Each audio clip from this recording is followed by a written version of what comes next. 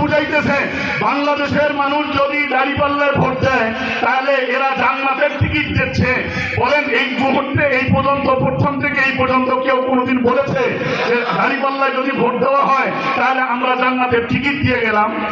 তাহলে বুঝতে হবে এটা শুধুমাত্র এখানকার ষড়যন্ত্র নয়, এই ষড়যন্ত্রের ধারাবাহিকতা দাদাবাবুর দেশ থেকে তাদের এজেন্টরা, স্বৈরাচারের দোসররা যারা এই তথ্যগুলো ছড়াইতেছে তারাই হলো স্বৈরাচারের দোসর।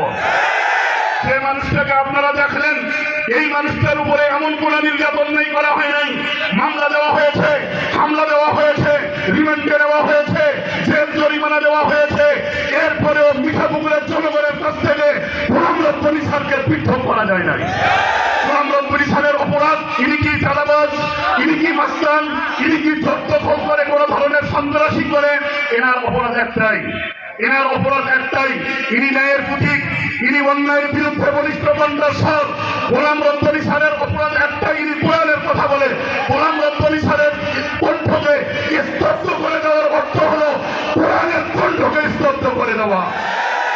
পরিষ্কার বক্তব্য, আগামী বাংলাদেশ কোরআনের বাংলাদেশ, আগামীর বাংলাদেশ হাদিসের বাংলাদেশ।